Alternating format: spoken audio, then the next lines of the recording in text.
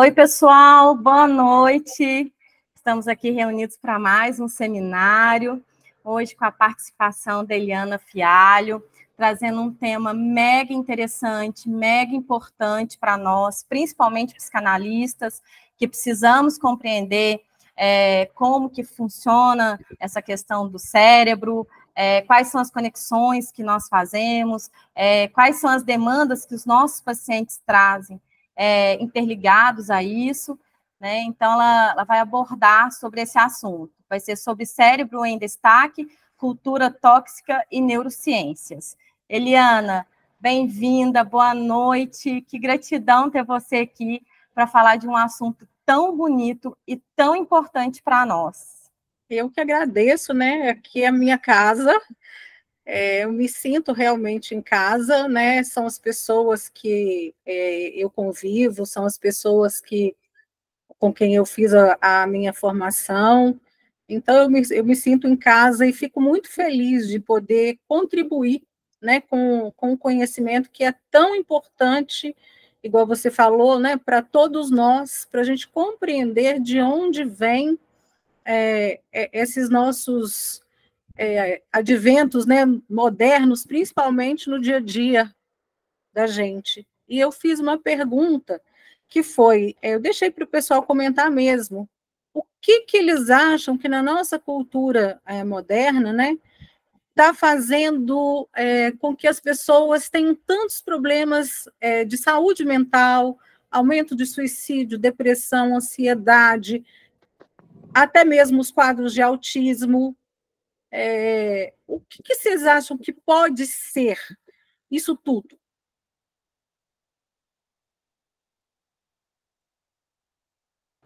Pessoal, quem for participando, pode abrir o microfone e ir respondendo, tá? Eu sei que tem vários fatores que influenciam, desde a questão da cultura, de alimentação, de meio do convívio, de questão da tecnologia, né, igual a gente fala sobre telas, mas o quanto que se usa delas, a forma como conduz, né, que o excesso traz esse desgaste para a gente, essa dependência que tem. Tem também essa ruptura com os vínculos familiares, que hoje em dia são menores do que antigamente. E quem mais quer contribuir?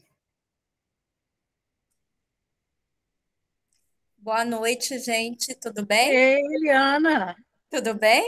tudo você? Tudo. Contribuindo aí um pouquinho, Eliana, eu acho que em relação, né, a especificamente a ansiedade, falando um pouquinho sobre o nosso nível de cobranças, né, principalmente no mundo corporativo, cada vez ele se torna maior. Então, essa cobrança dessas demandas que todos nós temos que dar conta, né? Mais esse avanço tecnológico que cada vez é mais acirrado e nós temos que estar atualizados o tempo todo, porque se nós não conseguirmos acompanhar, principalmente no mundo corporativo, nós somos excluídos. Então, isso gera uma ansiedade muito grande. E o nível de trabalho ele tem aumentado cada vez mais. O que que eu percebo? É uma pessoa, né, no departamento trabalhando por 5.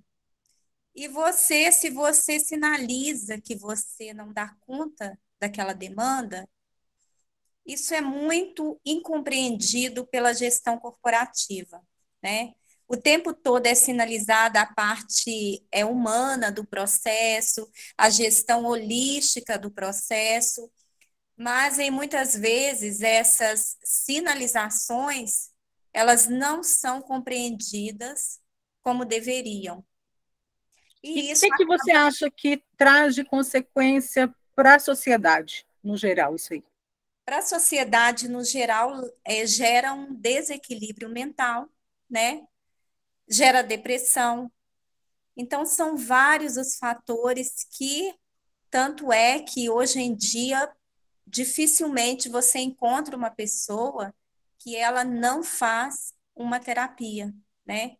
Exatamente por isso, porque ela precisa de um apoio para poder entender todas essas demandas e para poder buscar esse equilíbrio para ela dar conta no seu dia a dia. Então, eu entendo dessa forma. E por aí se desencadeiam, né, os outros fatores que geram uma má alimentação. Você trabalha o tempo inteiro, muitas vezes você mal para você se alimentar. Então, você quer dar conta da sua demanda, você não levanta para tomar uma água, você não se alimenta como deveria. E a alimentação, ela é essencial, né? Ela que, com isso, você mantém o seu equilíbrio da sua saúde, porque a falta de vitaminas, né? Ela nos gera um cansaço, ela nos gera esquecimento. Então, tudo isso é essencial, assim, esse cuidado com que cada um deve ter consigo mesmo e que muitas vezes a gente não dá tanta atenção, ele gera todo esse desequilíbrio. E, por outro lado, as demandas são muito grandes e muitas vezes nos esquecemos de nós. Eu vou até me incluir nisso, tá, Eliana? Muitas vezes é muita assim, o desejo de fazer a entrega e me esquecendo desse autocuidado que eu devo ter comigo. Nossa, excelente a sua fala, e a gente vai precisar dela também. Todo mundo aqui acertou em cheio, né? A gente tem vivido tempos difíceis, né? E quando eu me formei, né, na psicanálise, eu fiquei pensando, a gente lida com as demandas do sujeito que chega para nós. Chega ali uma pessoa que já está com uma depressão, um início de depressão, que já está com um processo de ansiedade quase que generalizada, né, de TAG. A gente tem lidado com pessoas adoecidas. Elas já chegam adoecidas para nós no atendimento. E eu fiquei pensando, né, de onde está vindo isso? De onde vem isso, né? Por que algumas pessoas desenvolvem, outras não? O que acontece lá dentro da cabeça da gente, dentro do corpo, para que isso se manifeste, né? Eu fiquei muito tempo buscando essa resposta. E nos estudos, eu encontrei a resposta. E aí eu falei, gente, isso aqui é tão fantástico, mas tão fantástico que a gente devia começar a aprender na escola, no berçário do hospital. Ela é fundamental em todas as áreas. Primeiro, no sentido da gente também termos políticas públicas para poder trabalhar com a prevenção desses quadros, né? Quantos prejuízos a sociedade não tem por delinquência, uso de drogas, uso de bebidas excessivas, né? Os transtornos mentais que encostam tantas pessoas, né? Afastam do trabalho. Depressão vai ser um dos primeiros aí até 2030. O número de câncer vai aumentar assustadoramente. Alguma coisa em nós está errado. Alguma coisa está errada. E quem vai consertar isso não é o governo, somos nós, nos nossos pequenos ciclos, irmos ampliando esse conhecimento, até que esse conhecimento ele gere políticas públicas de prevenção. Nos Estados Unidos, há pouco tempo, há alguns anos atrás, eles já têm um departamento de políticas públicas para a prevenção desse tipo de prejuízo. E aí eu vou começar a minha apresentação para mostrar para vocês como que eu não vou falar muito das funções no cérebro, porque não vai dar tempo. Isso aqui é só uma pincelada para a gente ter um conhecimento e pegar a raiz, até mesmo quando a gente está atendendo os pacientes, a gente já tem uma noção da história de vida daquele paciente. Porque tudo tem um começo, e aí a gente vai pegar esse fio da meada desde o comecinho. Eu vou começar a apresentar aqui para vocês, eu acho que eu vou sair aqui da tela, mas daqui a pouco eu volto.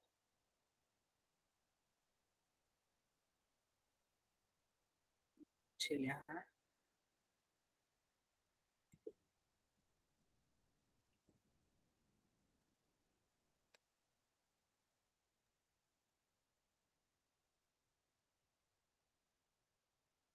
Vocês estão conseguindo ver? Sim. Tá dando para ver. O que tem esse bicho a ver com a gente, né, gente?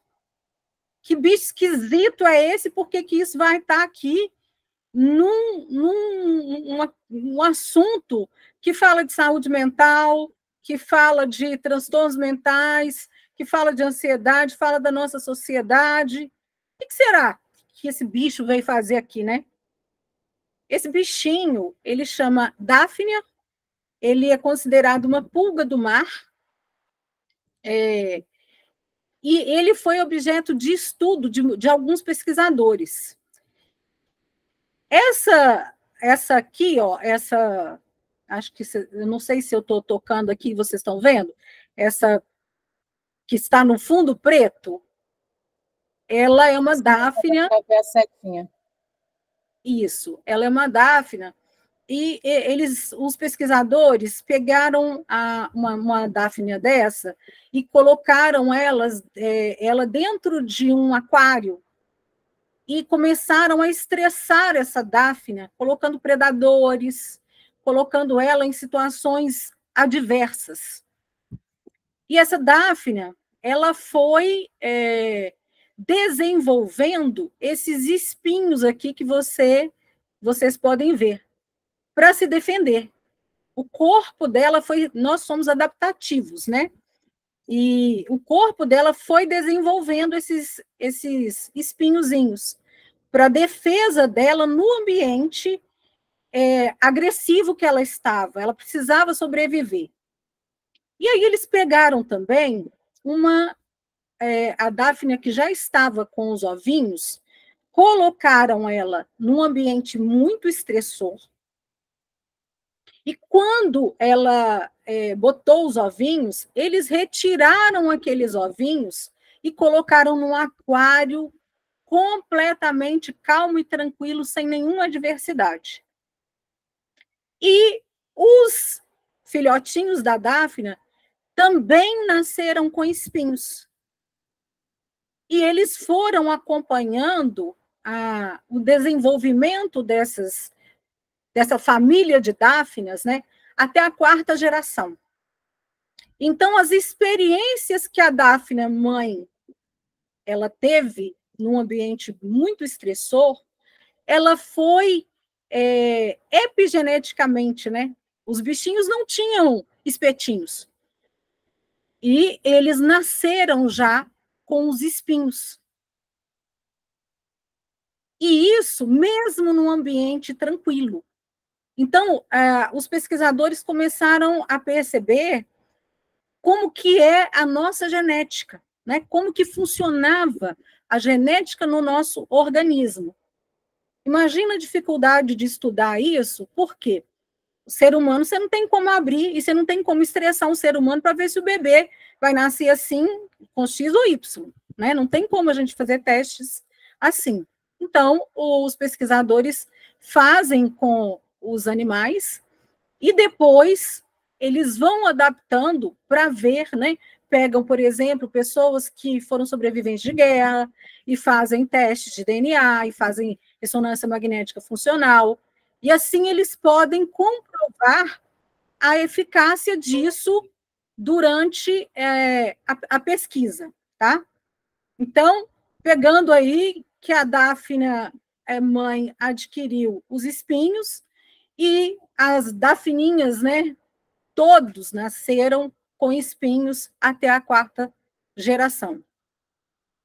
Agora, teve um outro estudo que foi um experimento com ratos.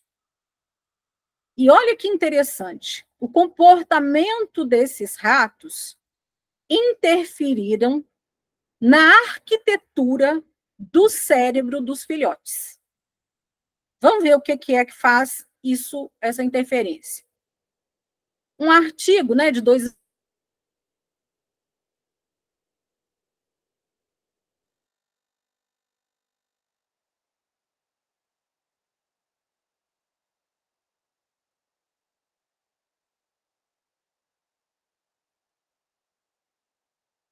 rato, e todos eles vão nascendo e a mãe vai lambendo. Eliana, volta um pouquinho a sua fala, porque o seu microfone travou, quando você começou a falar sobre os filhotinhos do rato. Ah, tá. Então, a rata, ela teve alguns filhotinhos, e essa rata que lambia seus filhotes, que ficava ali cuidando dos seus filhotes, eles observaram que esses filhotes, eles tinham comportamentos saudáveis. As conexões no cérebro deles eram mais desenvolvidas. E eles pesquisaram uma rata que não ligou para os filhotinhos dela, que deixou os filhotinhos dela de lado. E esses filhotinhos, eles ficaram agressivos. E eles foram lá pesquisar a genética dos ratinhos, né? Vamos observar o que está acontecendo dentro desses ratinhos. Aí eles foram observar que o receptor do glicocorticoide, o que é isso? É igual o cortisol no nosso corpo. Não é o cortisol é bom. Mas se ele está em excesso, ele não altera as nossas funções?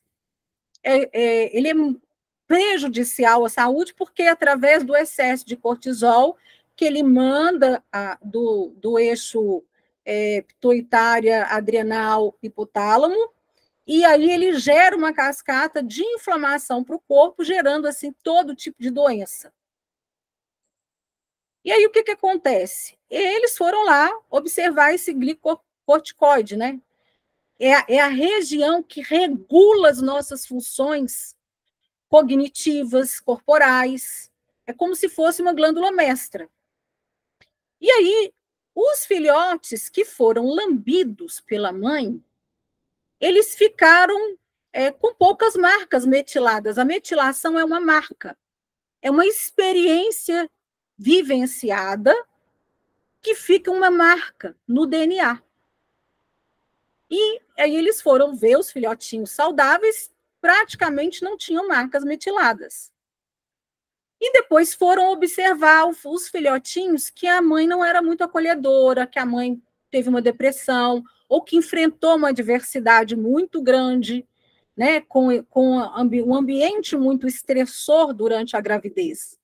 E eles foram observar e viram que o DNA desses ratinhos ficaram muito mais marcados do que o dos ratinhos protegidos e amparados pela mãe. Olha para você ver. E o que isso ocasionou? Esse rato que foi lambido, à medida que ele foi crescendo, ele foi se desenvolvendo socialmente de uma forma mais amigável, de uma forma mais cordial. E eles foram observar o funcionamento cerebral desses ratos, e a área, né, dita lá eles não têm essa área de empatia, de generosidade, mas no nosso cérebro ela é completamente afetada dependendo do que a mãe vivenciou durante a gravidez. Olha que coisa séria, como que mãe precisa de atenção e cuidado quando está grávida, né? E aí, o que acontece? Quando esses ratinhos não têm esse senso de pertencimento e proteção, eles vão ativar no seu sistema nervoso áreas estressoras, onde eles vão precisar o tempo todo se defender. Eles se tornam agressivos, responsivos, né, ao meio, eles sentem mais o estresse.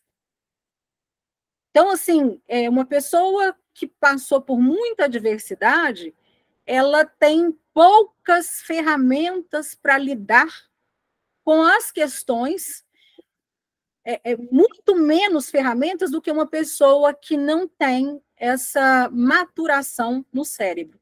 O cérebro ele fica imaturo, tá? Enquanto que os que foram lambidos, né, o receptor do glicocorticoide, ele era regulado. E esses padrões de comportamentos, eles são transmitidos, né, para as próximas gerações, através dessa metilação do DNA, que são essas marcas estressoras, né? A mãe, ela fica programada, ela é a programadora epigenética do cérebro do ratinho ou do seu filho.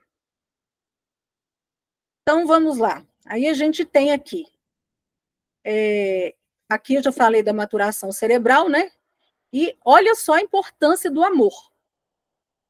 E de um local de segurança, de tranquilidade, de proteção, até que essa criança desenvolva uma maturidade cerebral. A gente precisa ter consciência disso, porque daqui desencadeiam vários outros problemas que vai desaguar numa sociedade. E todos nós vamos colher os frutos, bons ou ruins, dessa semeadura aqui, né? Então, olha o que o conhecimento pode fazer com a gente. Então, é diante da lambedura, né, que é um comportamento que a mãe do ratinho aprendeu, porque se ela foi lambida, ela vai lá lamber seus filhotinhos. Mas se essa mãe não foi lambida, ela também não faz com seus filhotinhos. Olha para você ver a repetição de padrões, né? Acho que é o Daniel Kahneman, né? Ele fala que a mente ela é uma repetidora absurda de padrões. A gente aprende por repetição. E aí, aquela que não recebeu a lambida da sua mãe também não vai lamber seus filhotes. E assim vai criar uma cadeia de filhotes agressivos, imaturos no cérebro, com pouco desenvolvimento e poucas ferramentas para lidar com o estresse. Aí a que produz, reproduziu filhotes e lambeu, além de regular, né, o glicorticoide, esse ratinho, ele tem um receptor de ocitocina ligado. Aí ele começa a reconhecer a substância da afetividade. Por isso que é tão importante, quando a mãe tem o bebê, ela pegar aquele bebê e ficar com o bebê pele a pele, olho no olho, porque é assim que o bebê vai se sentir seguro, protegido, lambido, né? Amado, para desenvolver um cérebro saudável e, consequentemente, comportamentos saudáveis.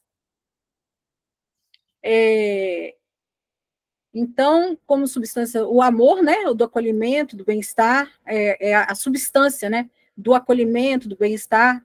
Então, olha para você ver que loucura, né?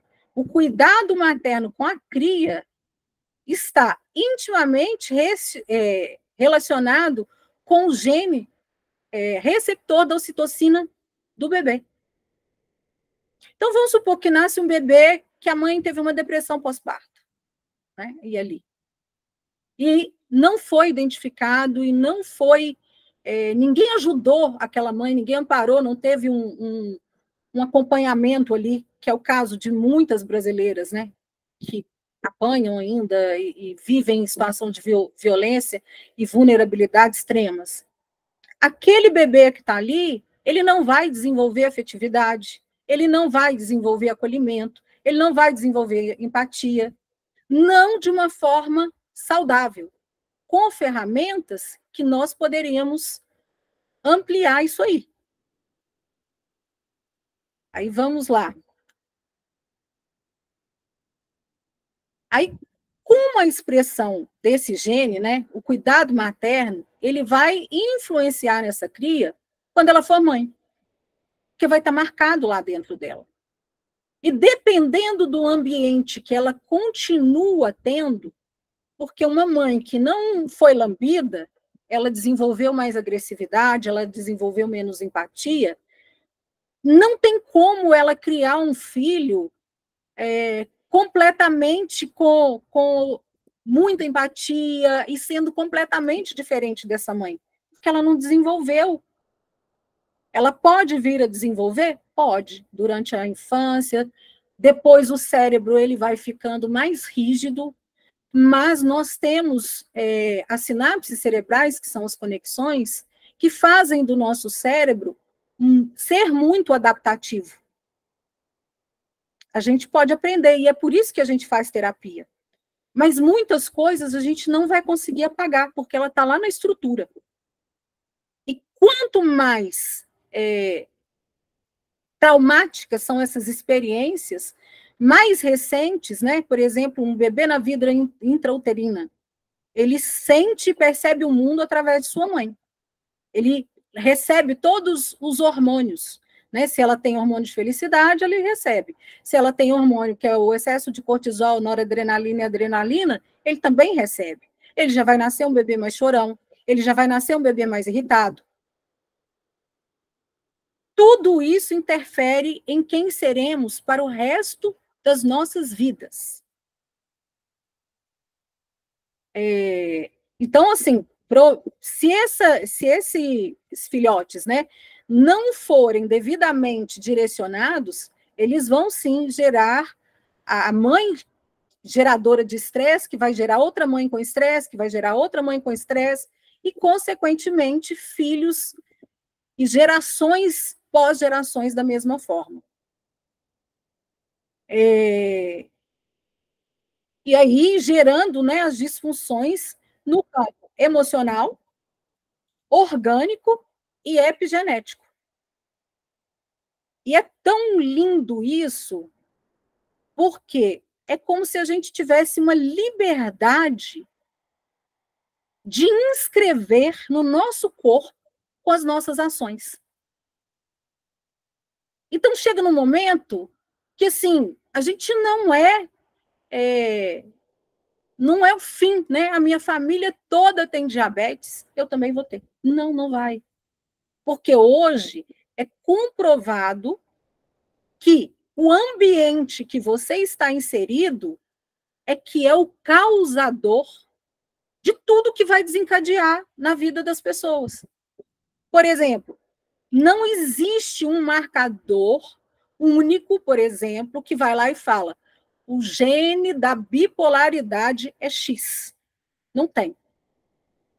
Igual o gene da síndrome de Down. Ali é um gene que ele já nasceu com algumas deficiências. Por isso, a criança tem síndrome de Down. Aí é uma doença genética. Mas o diabetes não é. Ou a pressão alta não é. Os problemas de coração não são. Não são. Todas as doenças têm origem nessa fase. É claro que a gente traz uma predisposição. Mas se eu tenho um meio que não me favorece, essa metilação, ela não vai lá no meu DNA marcar. Então, a pessoa, ela vai pular aquela predisposição e continuar saudável. E aí a importância do cuidado parental, né? Ele é o mediador dos efeitos da adversidade no ambiente sobre o desenvolvimento neural. É quem está responsável pelo desenvolvimento neural dos filhotes. E, a princípio, porque quem amamenta é a mãe e esse ambiente que a mãe está inserida, porque não tem como a mãe ser uma mãe saudável num ambiente completamente desregulado, né? E isso vai definir comportamento de várias gerações. Né? Se o bichinho foi lambido, se o bichinho não foi lambido, se ele foi acolhido, se ele não foi acolhido. Eu tenho alguns vídeos de crianças com depressão, não sei se vocês já ouviram falar de crianças com depressão. Tem bebês com depressão, chama depressão anaclítica, é a depressão em bebês. E por que um bebê já tem depressão? O bebê tem problema com dinheiro, com estresse, com trabalho, com estudo? Não, ele não tem. Mas se ele não se sentiu pertencente àquele meio, durante a vivência dele ali, ele desenvolve sistemas de alerta. Ele fica o tempo todo procurando algo, como se algo ruim fosse acontecer com ele. Ele não se permite entrar no ambiente e brincar, despreocupado. E quantos de nós não passamos por isso? E quantos de nós não repetimos padrões com nossos filhos? Por quê? Porque a gente não conhecia. Porque a gente não tinha entendimento dessas coisas, né? Então, o fato da proteção, da segurança e do amparo, ele é necessário para o desenvolvimento humano. Ele é extremamente necessário. E, consequência disso, será um desenvolvimento de uma circuitaria, né, saudável. Saudável.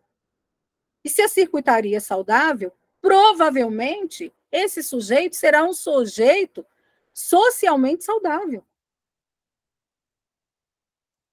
Agora eu vou tirar a apresentação aqui. Retornando para a tela. E aí eu perguntei, né, por que será que a nossa sociedade hoje está tão desequilibrada?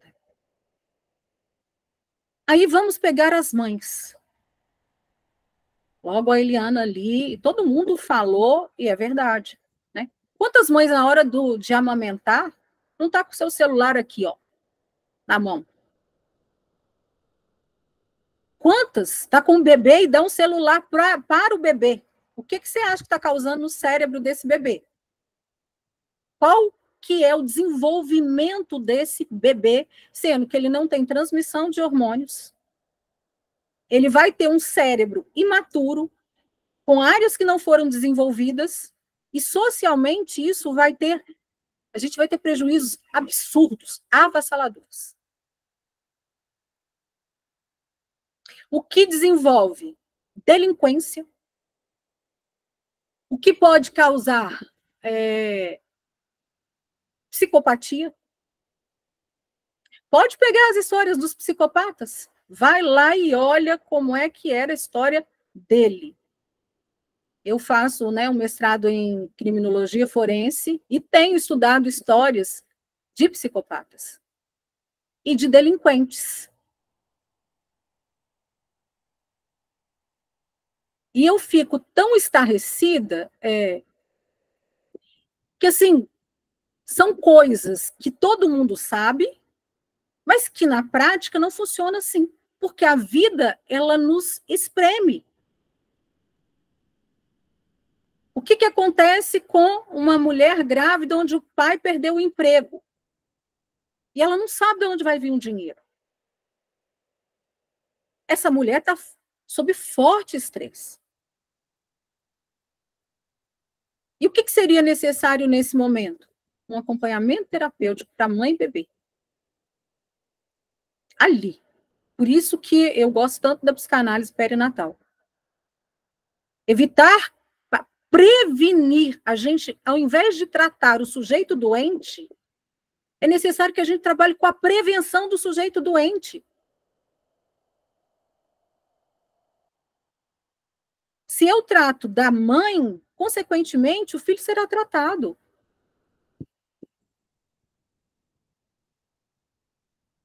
Aí você imagina uma mãe, igual a Eliana falou, que tem cobrança 24 horas para trabalhar igual uma máquina. Que chega ao burnout, né? Que é o esgotamento, queimou. Essa mãe chega em casa, ela vai conseguir ser mãe? Ela vai conseguir ser mulher? Quantos pegam os seus bebezinhos e levam para a creche?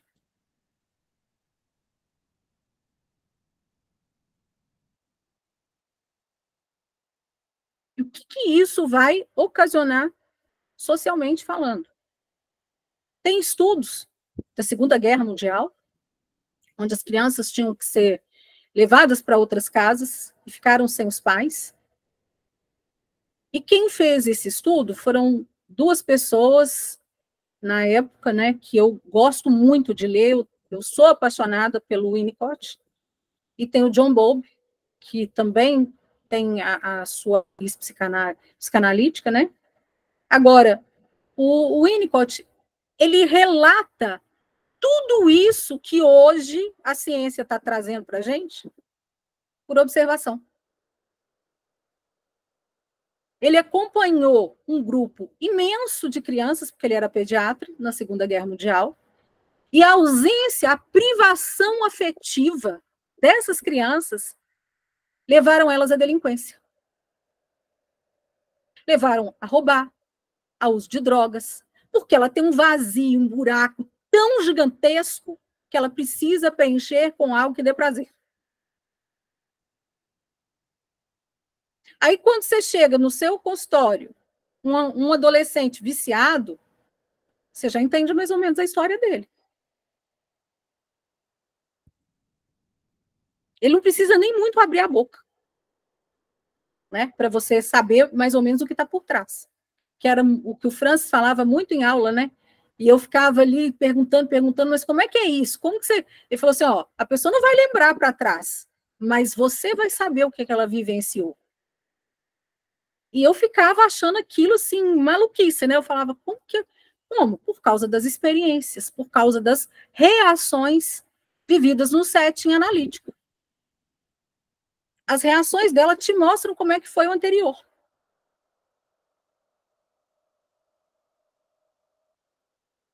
E essa pessoa, ela pode ter... A gente tem uma máquina adaptativa. O nosso cérebro, ele tem 86 bilhões de neurônios. É a mesma quantidade das estrelas da galáxia. A gente não tem noção disso. A gente não tem noção disso. Temos muito a avançar e muito a descobrir. Mas olha que tema importante. Uma pessoa, antes de ser mãe, se ela conhece isso, ela vai saber escolher de uma forma melhor, ela vai compreender que se ela passar por uma adversidade, quais são as ferramentas que ela precisa buscar para que isso não traga consequências duradouras para ela e para os seus filhos. A importância do profissional na perinatalidade.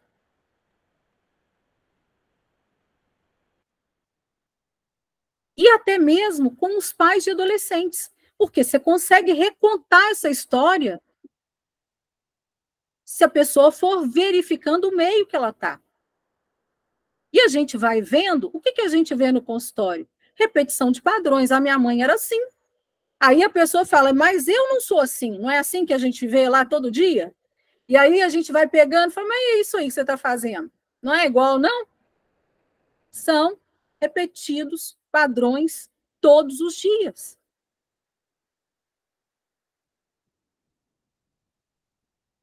E aí entra para a parte de maturação do cérebro, né, que é o córtex pré-frontal, que é onde a gente tem o cérebro mais evoluído do que todas as outras espécies, né? Porque esse córtex pré-frontal, que é aqui na frente, ele tem capacidade de inúmeras reações. Por exemplo, a gente, quando vai tomar uma decisão, você pensa nas consequências, não pensa? Você fala, ó, se eu fizer isso, pode dar aquilo. Se eu fizer aquilo, eu posso ter tal prejuízo. A gente tem uma estratégia no pensamento. A criança que foi levada a um desenvolvimento agressivo e adverso, essa área ela fica imatura. Então, ele não prevê ação e consequência. De onde surgem TDAH, bipolaridade, borderline, e daí por diante. Tudo vem daí. É claro que a pessoa, ao longo da vida, pode acontecer fatores e tal. Pode. Mas é muito menos provável. O que acontecia nas gerações passadas, né, que não acontece nessa? Nós temos benefícios, nós somos a geração mais rica de toda a história. E a mais infeliz. Porque os adolescentes estão suicidando, não tem sentido na vida, não tem vontade de viver, não tem planejamento de futuro, imediatistas, impulsivos.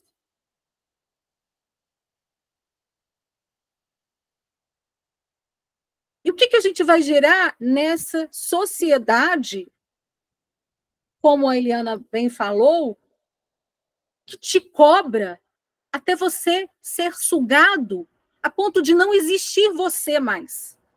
De você não conseguir ser mãe, de você não conseguir ser mulher, de você não se olhar. Como é que essa mulher vai dar conta de uma família, de filhos? Não vai dar conta. Não vai dar conta.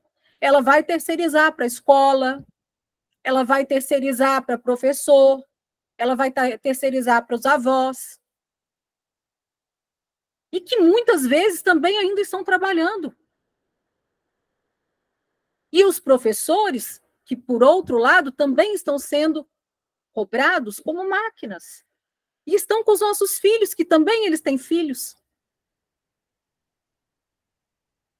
Todo mundo aqui sabe que professor tem tido problema de saúde mental um atrás do outro. E afastamento do trabalho absurdamente, por estresse.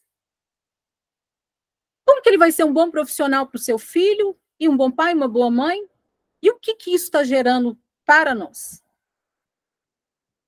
Essa geração, sob essa pressão do estresse. Aí quando a gente vê um menino, chega no consultório, 16 anos, ele fala, eu não quero viver. Mas o que você tem em casa? Tem. Você come? Como. Você dorme? Durmo. Você tem tudo. Tem casa, comida, roupa, alimentação, mora, tem tudo.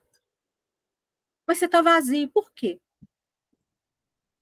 Porque não foram desenvolvidas áreas no cérebro, devido às adversidades, para que essa criança pudesse se regular, para que ela pudesse desenvolver a ocitocina necessária, a segurança necessária. E a gente bem sabe que a criança ela precisa desse padrão até os 7 anos. Ela precisa de limite e de amor. A criança sem limite, ela também fica perversa. Porque ela é dona do mundo.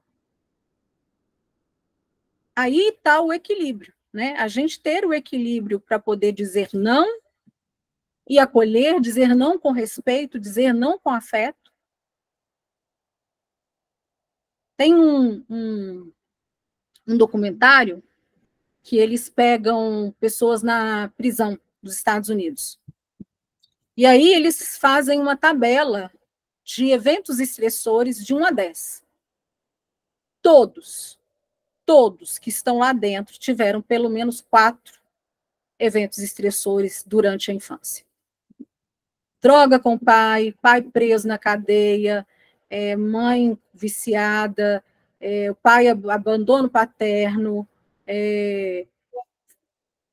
Então, assim, todos que estão ali tiveram um advento estressor muito forte.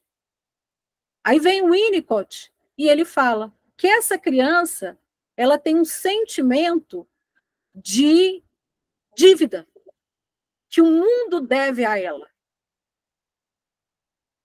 E ela vai cobrar essa dívida. Aí ela começa cobrando dentro de casa e na escola, que é pegando a borrachinha do colega, mentindo, batendo, sendo agressiva, cuspindo. Ela está querendo comunicar algo. A criança, ela não tem a maturidade dentro do cérebro ali para tomada de decisão. Eu vou fazer muita raiva na minha mãe, então eu vou bater aqui em todo mundo. Não, ela não vai planejar. Ela vai agir por impulso. Ação e reação. Tem algo dentro dela que está tão mexido e ela vai mostrar esses sinais. Mas se a família perceber, ou as professoras perceberem, e compreenderem o que está acontecendo ali, que não é um menino chato, que não é um menino birrento, que não é um menino manhoso. É uma criança, é um ser humano, um sujeito que está nascendo ali diante de você.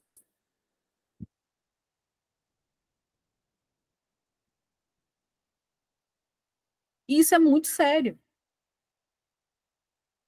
Quando eu estudei sobre isso, eu fiquei muito chocada. Eu não sei se vocês estão chocados, mas eu fiquei muito chocada. E eu falei, meu Deus, isso é muito mais profundo do que a gente pode imaginar. Porque a gente acredita que está só na escolha da pessoa. Mas o que uma criança até 7 anos ela consegue escolher? Até 10 anos? Nada.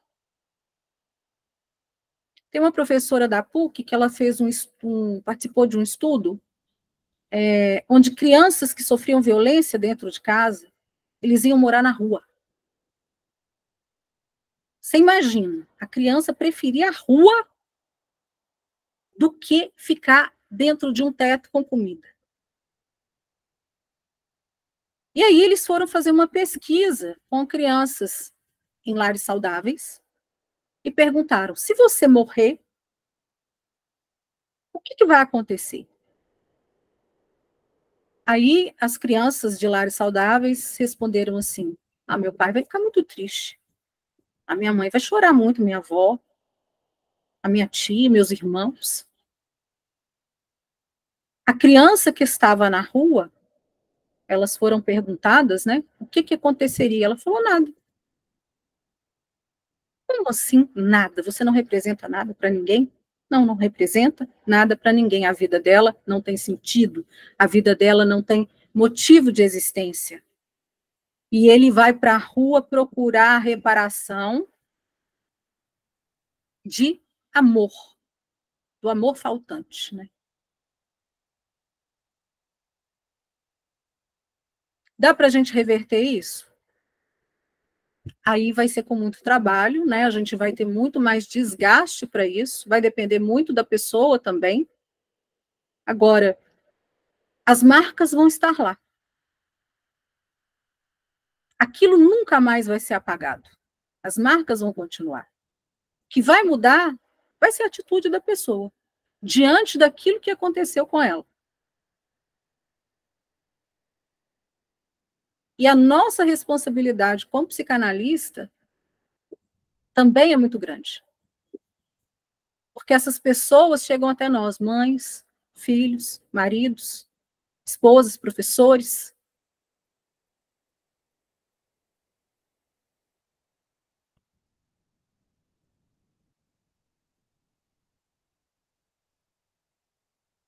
E é esse a minha contribuição de hoje. O assunto é muito vasto, não dá para falar muito, né? Porque a gente demanda de muito tempo para adentrar, mas a gente começa a ter a tirada do véu, né? Em compreender por que a nossa sociedade está vivendo como está vivendo hoje. Por que os jovens têm se envolvido tanto com droga, tanto suicídio, tanta depressão, tanta ansiedade. Agora a gente já sabe. E o que nós vamos fazer diante disso? Com o conhecimento que já temos em mãos.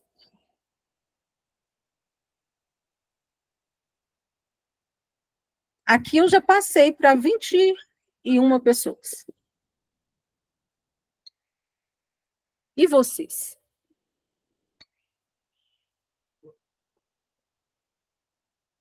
É a pergunta que eu deixo para hoje. E vocês?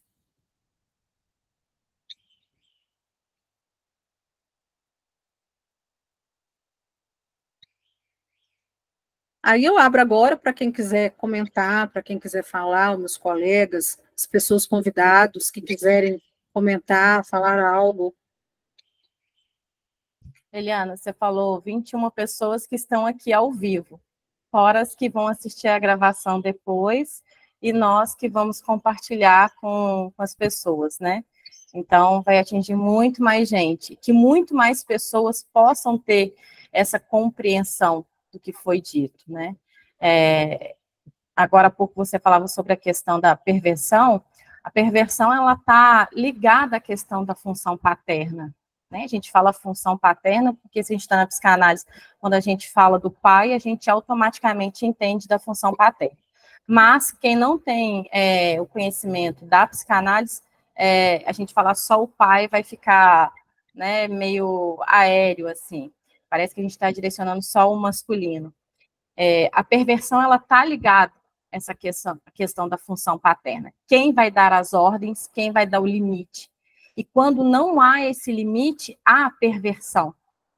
Então, por isso que tem muitos presos, que tem adolescentes ou adultos envolvidos com drogas, até crianças envolvidas com drogas, porque a gente fala muito do adolescente e do adulto, e a gente não fala das crianças, e há um consumo muito grande de drogas entre crianças.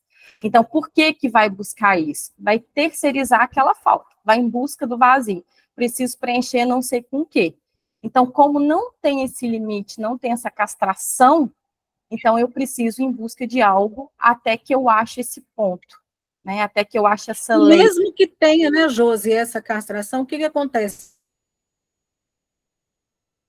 Te faça essa função aí, só que o que é que acontece? O buraco, né? A dívida que o pai deixou, essa criança vai buscar essa reparação em outro lugar. E, normalmente, ele vai encontrar pares iguais a ele.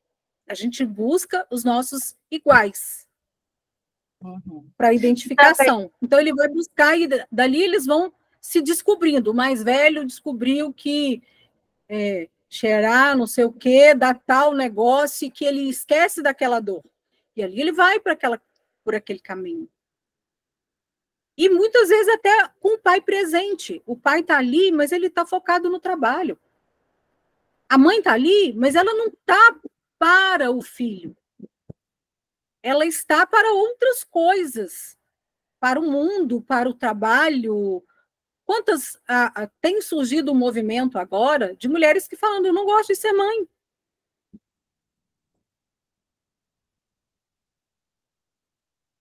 E é muito difícil ser mãe. Quem é mãe sabe o tanto que é difícil, desafiador.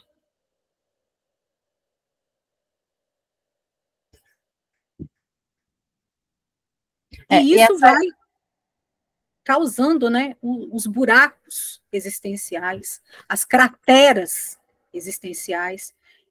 E nem sei, né, onde podemos piorar mais um pai agressor. Eu não sei se vocês já viram a história do Pedrinho Matador.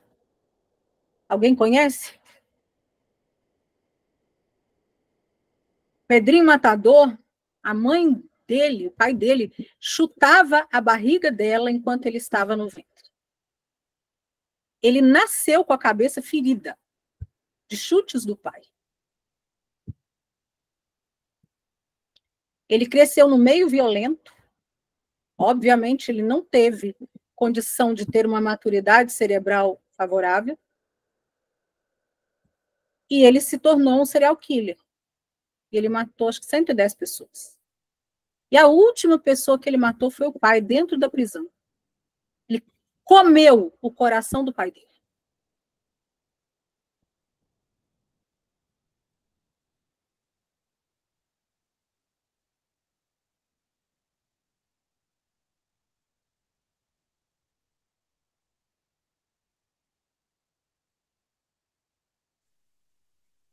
Ele matou porque o pai dele deu uma surra na mãe dele.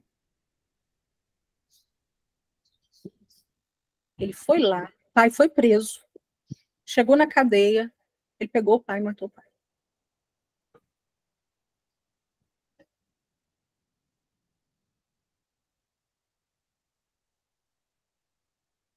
É como se ele fizesse uma reparação. Vocês conseguiram perceber? Como se ele estivesse reparando o mal que o pai fez a ele? Reproduzisse, né? A nossa mente, ela busca referências. E a questão, quando fala dessa questão da perversão, ou como age, né? Não só na perversão, até na neurose também. Como a gente trabalha muito na psicanálise, é como o afeto afetou, como a gente interpreta. Que a gente não é responsável pelo que o outro fala, a gente é responsável por aquilo que a gente entende, né? E nós somos responsáveis pelo que aquilo que a gente fala, e não pelo que o outro entende. Mas como o outro entende e vai reproduzir.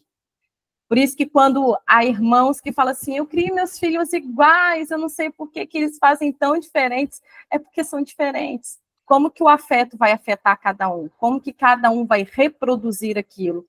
Como que cada um vai... Qual que é o tipo de resiliência que cada um tem? E será que tem essa resiliência? É igual quando você fala na parte dos bebês, como que hoje em dia essa tecnologia, essa questão da terceirização que tem em volta da mãe, né, com desse vínculo com o bebê, essa simbiose, o quanto que ela tem uma ruptura. Hoje em dia as mães não seguram mais os bebês. Tem uma almofada que se coloca, né, que elas ficam ali no formato de U, que as mães encaixam, botam os bebês ali em cima, o bebê vai amamentando, a mãe não precisa segurar. E aí, enquanto ela não segura, ela tem tempo para ficar com o celular, né? Então, o Winnicott, ele fala isso, do Holt, o quanto que é importante, não é só a mamada, é porque até quando está mamando, o bebê está escutando as batidas do coração.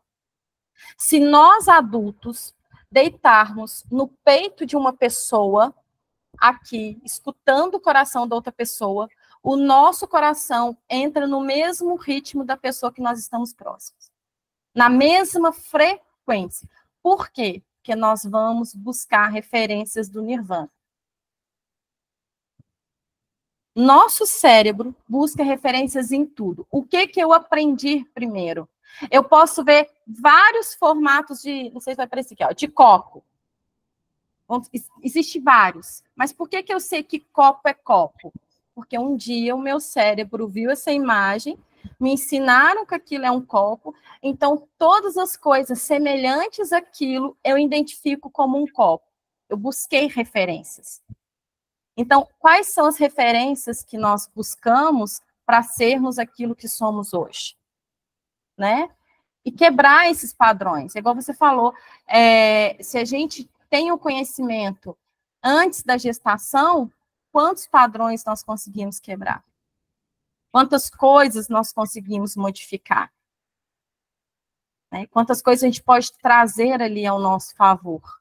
A gente não vai estar isento de termos emoções, e isso também não é assim, um dia estressante. Não, não é assim, são eventos adversos, né, crônicos. Por exemplo, o marido que bebe, e que chega bêbado e bate nessa mulher. O marido que é violento. Um patrão, né, um ambiente do trabalho onde essa mulher entrega mais do que ela dá conta. E ela está ali sufocada dentro dela durante 1 ano, 2 anos, 3 anos, né? E ficou grávida.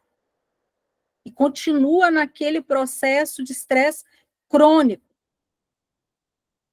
Não é você brigar um dia aqui, porque o estresse ele também tem um papel fundamental no aprendizado para desenvolver resiliência na gente. Tudo é bom na medida certa.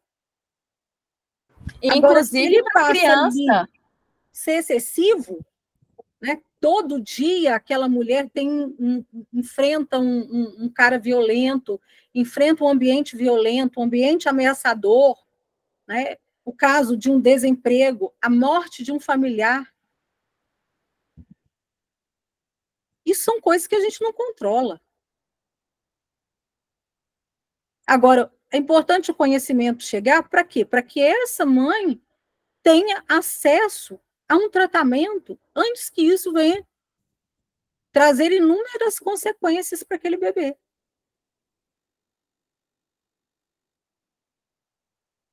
Porque a gente tem aí uma boa gama, né, dos DNAs que não foram inscritos ainda.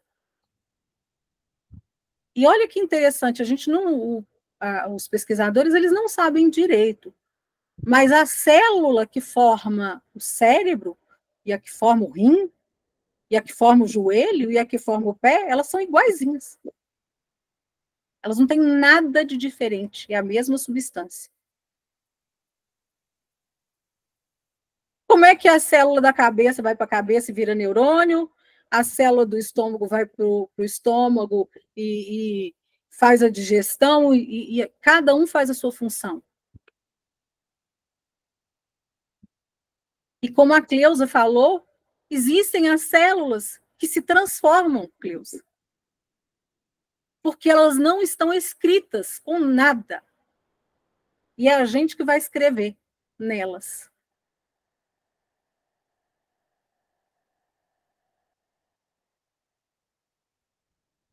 Através das nossas experiências, das vivências.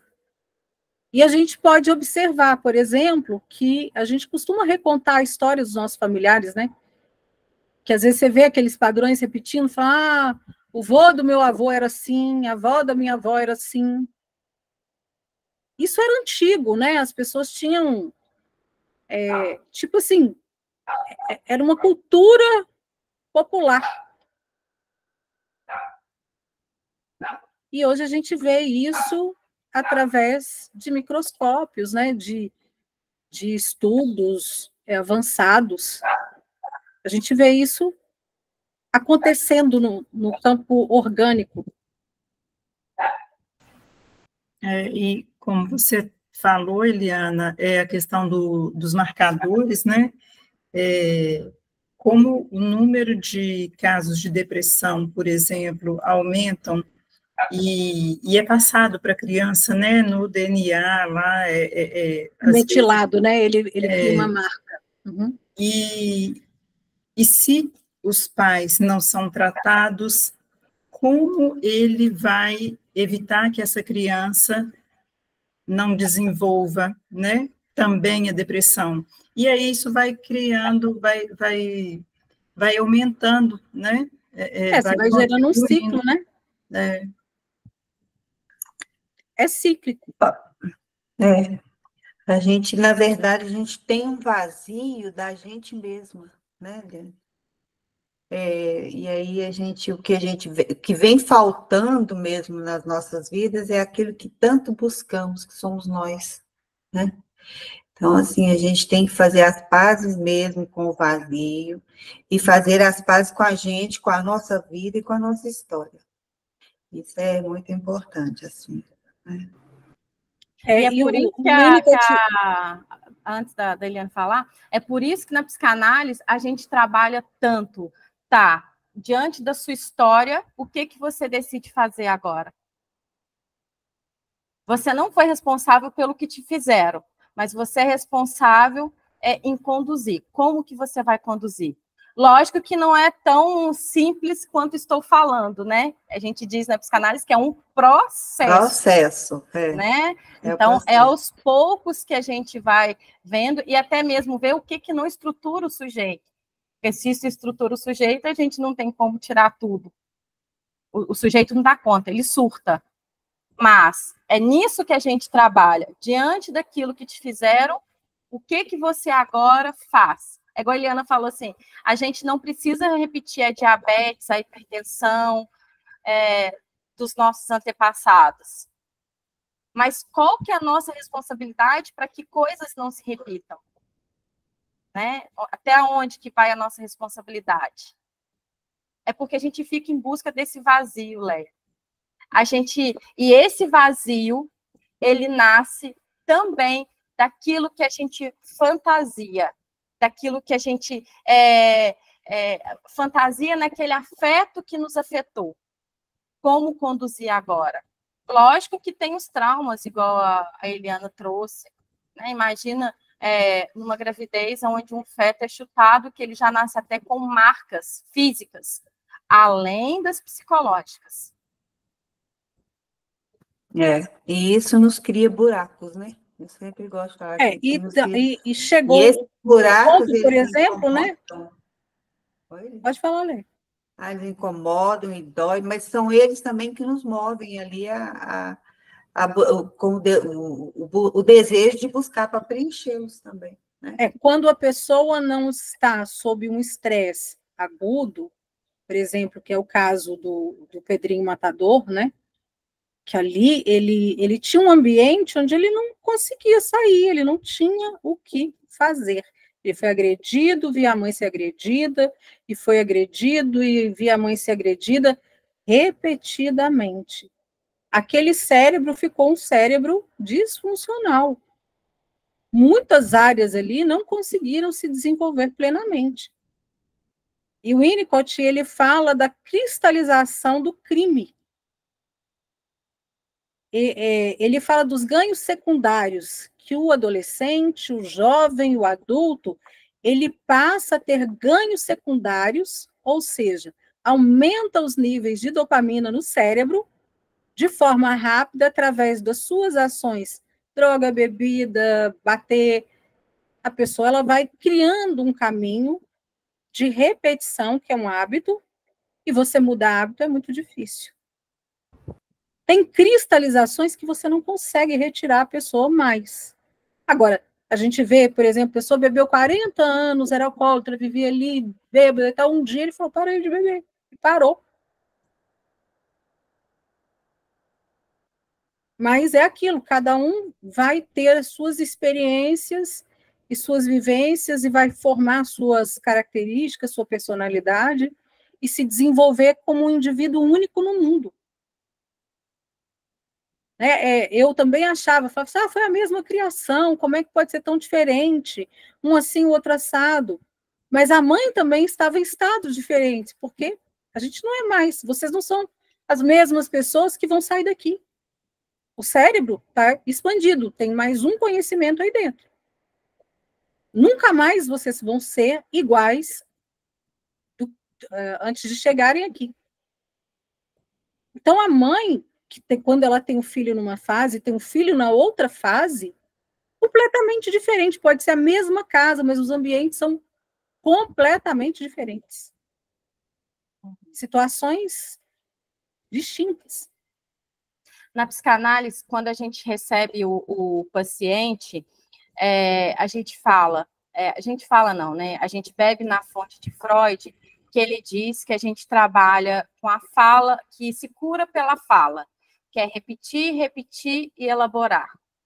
Mas, além desta cura, o que está por trás nesse trauma? Será também que não teve essa questão? Repetir, repetir, até elaborar, e a elaboração é essa consequência que chega no nosso consultório.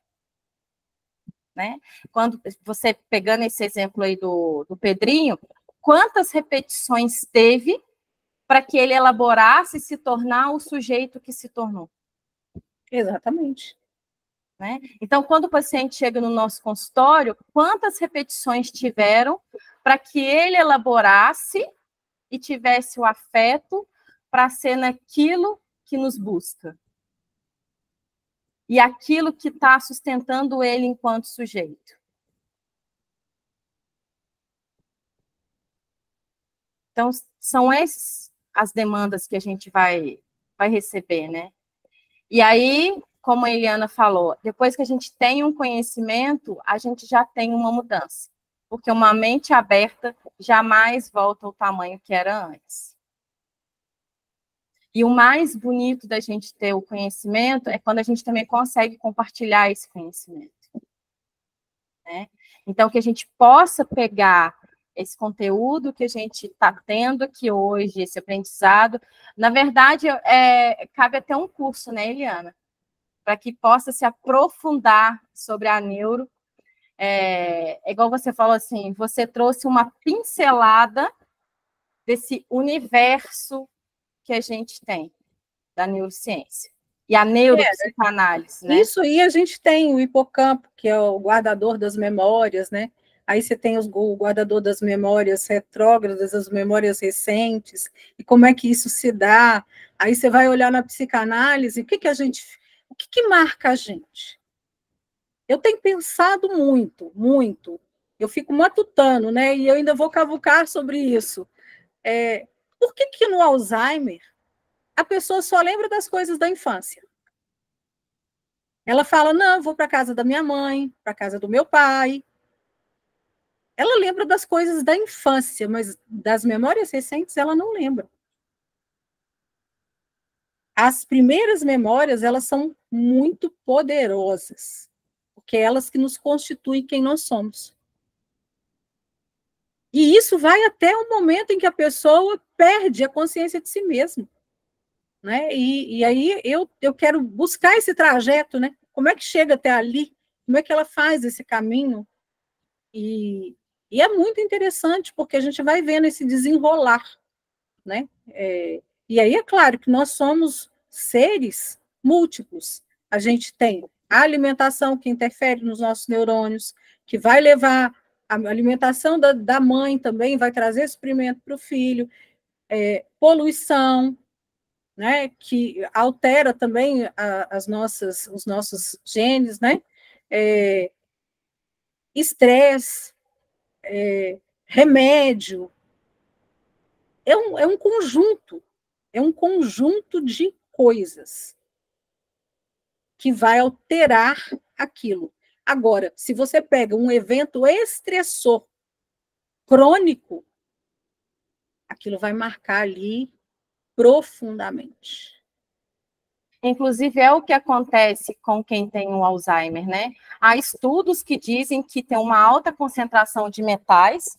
Então, quando a gente recebe pacientes que a gente vê que ele tem alguma perda de memória, esquece algumas coisas com facilidade, é normal esquecer durante a sessão. O paciente está falando, ele tem um pico ali da fala, esqueci o que eu estava falando e aí volta, porque ele tem uma compensação ali, né? Então, faz parte do processo, mas coisas que apagam, que não conseguem lembrar mesmo, a gente até encaminha para o endocrinologista, para que seja solicitado exames, né, de vitaminas, de metais, de ferros e tal.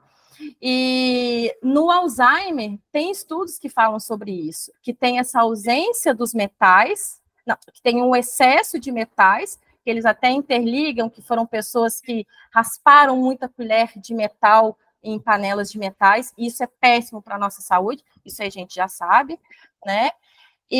Mas teve algum fator estressante que aconteceu de uma forma assim, ó, muito abrupta, teve aquele impacto nele e que teve essa ruptura. Abriu a janela, né? Abre as janelas com portas. É como se fosse ali o borderline, que ele vai para a fantasia e vem para a realidade. O Alzheimer, não. Ele perde a atualidade, né? Então, ele fica fixado naquela parte da infância. E, geralmente, esses que ficam fixados na infância tiveram uma infância menos estressante. Então, pelo menos os que eu conversei, as histórias das pessoas que eu acompanhei foram assim. Devem ter diversos casos, óbvio, né? Mas esse é um caminho que dá para a gente ir buscando mais. Eu também não tenho profundidade no assunto, esse é o pouco que eu acompanhei, até por conta de um parente próximo que teve, e uma prima foi me passando, que ela havia estudado, e o que eu fui acompanhando depois.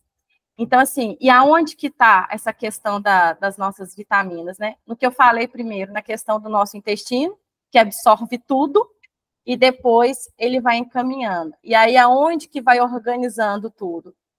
Dentro do nosso encéfalo. O que acontece na depressão, por exemplo, e no qualquer transtorno mental, ele tem uma inflamação sistêmica. O eixo, né, hipotálamo, pituitário adrenal, é o que regula, né, o regulador do cortisol no corpo. Quando você está sob um evento de muito estresse, ali, batendo, ele vai mandar uma carga de cortisol muito alta para o seu organismo, que vai ficar ali o tempo todo tentando fazer a homeostase, que é o equilíbrio, né, desse organismo. E esse organismo ele vai inflamando. O intestino inflama, o cérebro inflama, o corpo como um todo ele está inflamado. É daí que vem as doenças, infarto agudo do miocárdio, AVC, pressão alta, diabetes, os transtornos mentais e todo tipo de doença que não vem especificamente da mutação genética central ali, que chama imprint, né, que os especialistas falam, que é aquilo que vem da mãe do pai. Um caso de síndrome de Down, por exemplo, não tem o que você fazer, né? Se a criança ela já nasce com esse gene mutado. E ali não tem metilação, aquilo não tem o que fazer. Agora, os outros, é como se a gente tivesse um livro para escrever a nossa história. É muito incrível isso.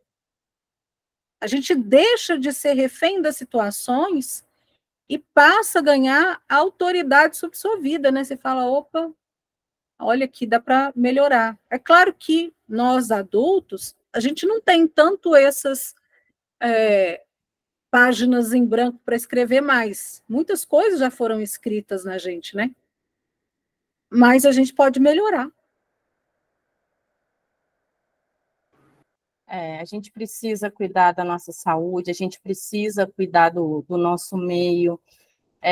A gente sabe que tem a parte emocional, mas tem a parte orgânica também, que a gente precisa dar atenção.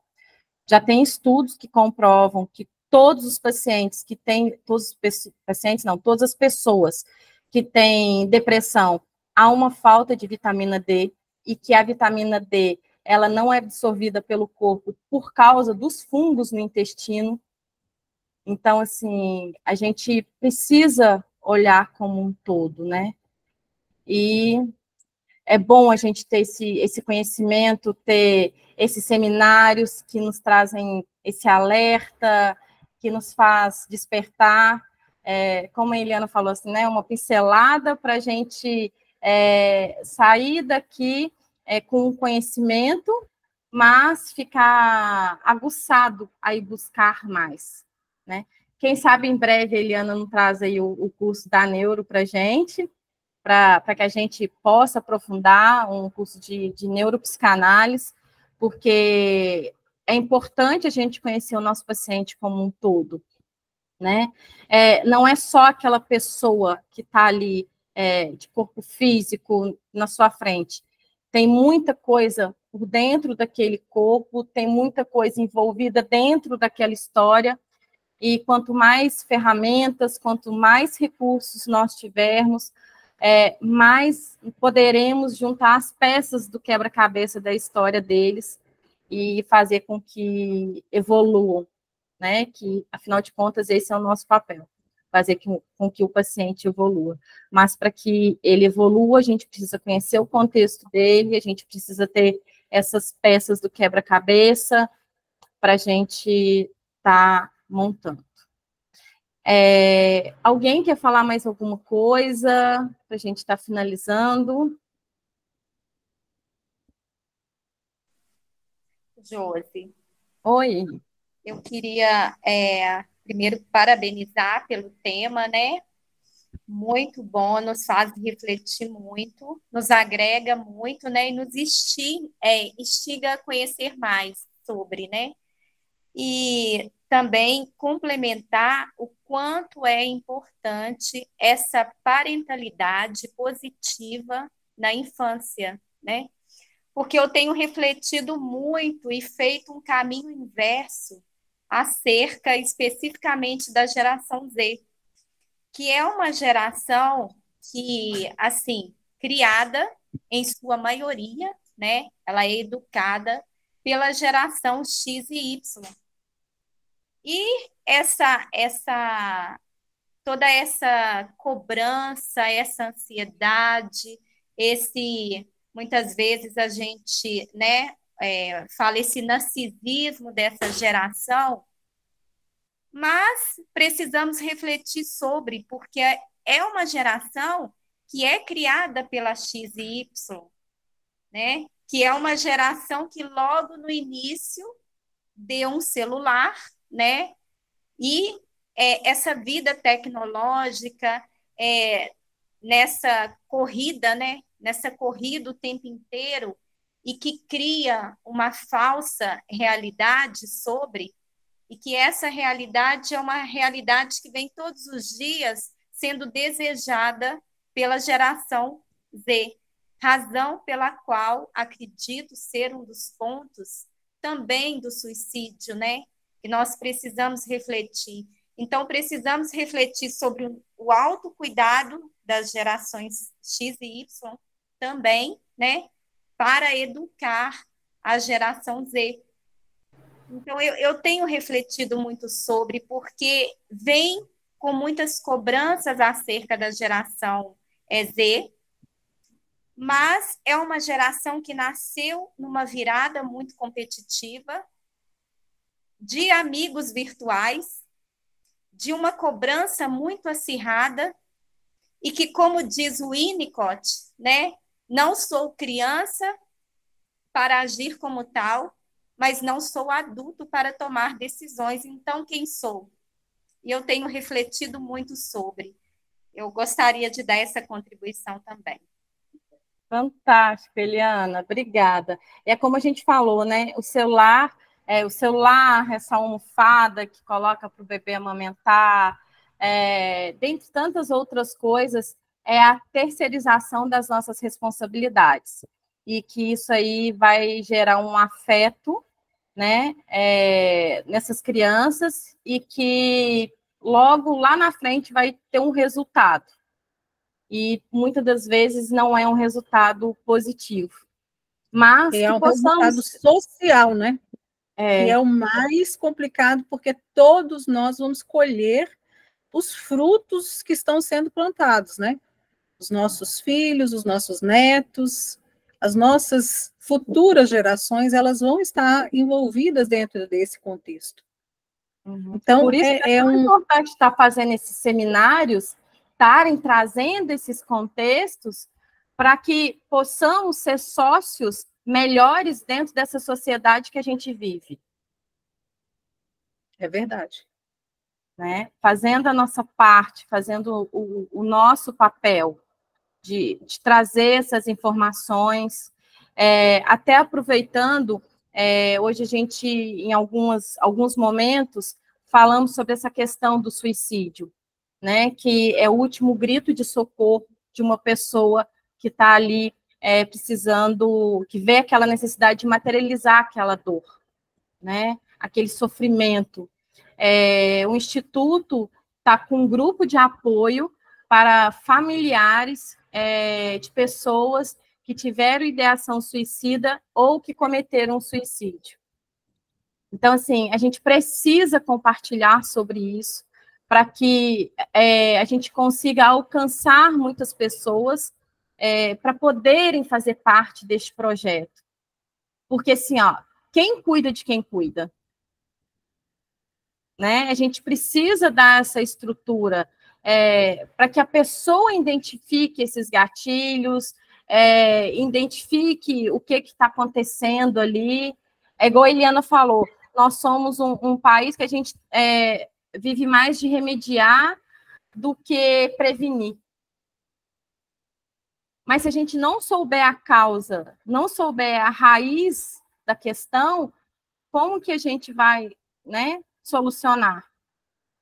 Então, assim, eu também conto com a colaboração de vocês para compartilhar esse seminário, que foi incrível, e para compartilhar também essa questão do grupo de apoio, para que a gente tenha um alcance gigantesco e possa dar esse suporte a muitas pessoas que estejam precisando. Né? Eu espero que... Duane, quer falar ou acho que ela ia apertar o coraçãozinho e apertou a mão? Josi, eu apertei sem querer. Depois que eu vi o coraçãozinho, eu imaginei.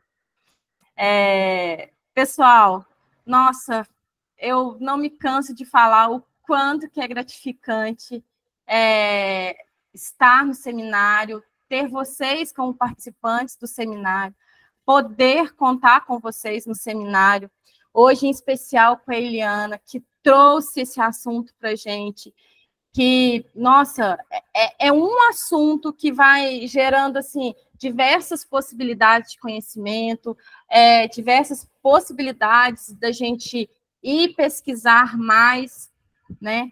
Eu espero que, igual eu falei, que saia logo o curso da neuropsicanálise para a gente, para que a gente possa desfrutar e aprofundar mais o conhecimento, porque é muito importante.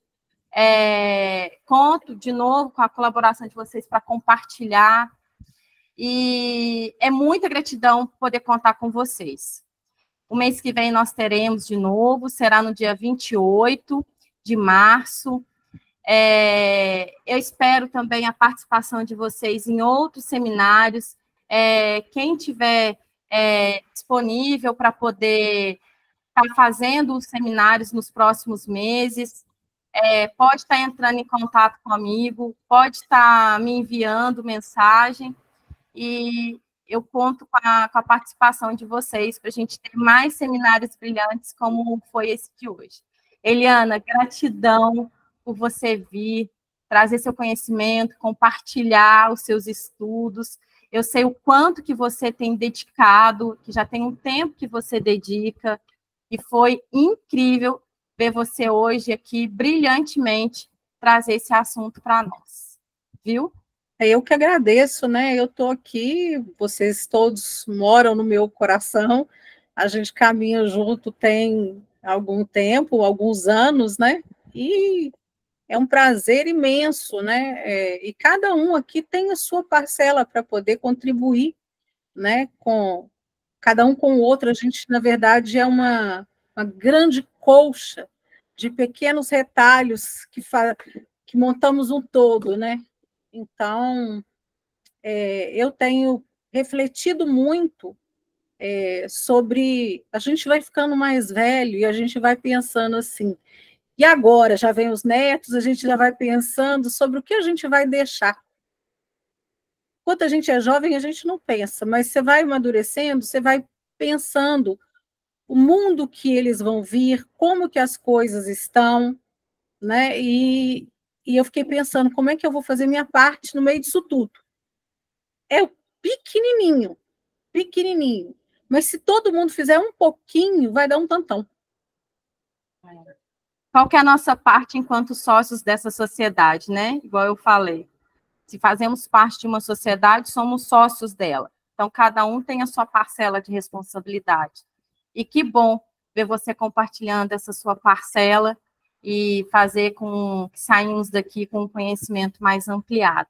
Isso é incrível, incrível. E conto com vocês para os próximos seminários para estarem participando. Antônio, conto também com você. Viu? Claro, claro. Boa noite. Parabéns, Eliana. Obrigada, Antônio. Pode contar, sempre. Que bom. Gente, gratidão e até o próximo seminário, viu? Abraço, Obrigada, gente. Parabéns. Foi lindo. Maravilhoso. Foi maravilhoso, viu, Eliana? Obrigada, eu que agradeço.